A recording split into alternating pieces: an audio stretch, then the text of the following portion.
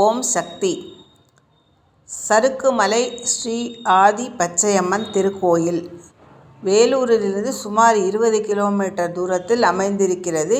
இந்த சறுக்குமலை என்ற மலை, இதில் ஆதி அம்மனாக மலையின் உயரத்திலே அமைந்திருக்கிற ஒரு சிறிய கோவில்.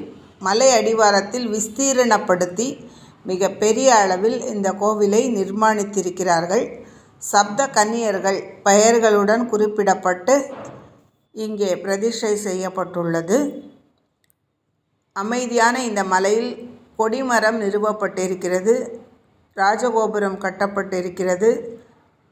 7 முனிகளும் மிக பிரம்மாண்ட நிலையில் அமைக்கப்பட்டிருக்கிறார்கள். இந்த மலையடிவாரத்தில் வழிபாட்டில் குலதெய்வமாக பலருக்கு பச்சையம்மன் விளங்குகிறாள்.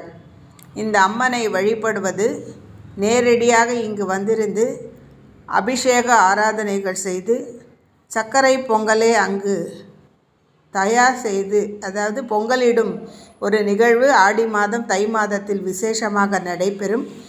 அபிஷேகத்துக்கு பால், தேன், இளநீர், விளக்கு எரிப்பதற்கு நல்ல எண்ணெய் இங்கு கிராமத்தில் இருப்பதால் இதை பராமரிப்பவர்களுக்கான சம்பளம், இவை அனைத்தையும் இந்த நிர்வாகம் கவனித்து கொண்டிருக்கிறது. என்றாலும் குலதெய்வமாக விளங்கக்கூடிய இந்த அம்மனுக்கு பக்தர்கள் குடும்பத்துடன் வருடத்துக்கு ஒரு முறை வருகை தந்து நிச்சயமாக அதை தங்கும் வசதி அனைத்தையும் ஏற்படுத்தி கொண்டு முறைப்படி தரிசித்து எலுமிச்சம்பழத்தை அம்மன் மடியில் வைத்து பூஜித்து அளிக்கிறார்கள். அதை வைத்திருந்து அது கெடாமல் இருந்தாலே 1 வருட காலத்திற்கு அவர்களுக்கு நன்மை நிச்சயம் நடக்கும். அதை அம்மனின் வடிவமாக வழிபட்டு பச்சை நிற குங்குமம் வழங்கப்படுகிறது பிரசாதமாக.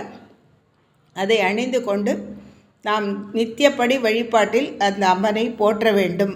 அப்படி போற்றி வழிபடும் குடும்பத்தினர்கள் அனைவருக்கும் நன்மையே நடந்து கொண்டிருக்கும். தொடர்ந்து அதை செய்யாமல் விடுபட்டவர்களுக்கு பல தோஷங்கள், நாகதோஷம் உள்ளிட்ட பல கஷ்டங்கள் ஏற்படுகிறது. அதை நிவர்த்திக்காக இந்த அம்மனை தேடி நேரில் வந்திருந்து தங்களால் இயன்றவற்றை பொருளாக கொடுத்து வெற்றிலை, பாக்கு, பழம், எலுமிச்சம்பழம், குங்குமம், மஞ்சள் உயர்ந்த ரகத்தில் தர வேண்டும். அது நல்லது. அதுபோன்று வாழைப்பந்தல் என்ற கிராமம் ஆரணியிலிருந்து 8 கிலோமீட்டர் தூரத்தில் அமைந்திருக்கிறது. இந்த பச்சையம்மனுக்கு 18 பட்டி கிராமம் என்று சொல்வார்கள். சுற்றி இருக்கும் அனைவருக்கும் இந்த அம்மனே குலதெய்வமாக அமைந்திருக்கிறது.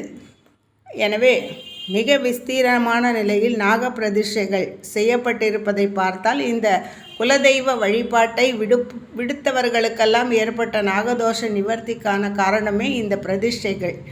அவரவர்கள் இடத்தில் அதை சரியான வகையில் செய்து அம்மன் அருள் பெற பிரார்த்திக்கின்றோம்.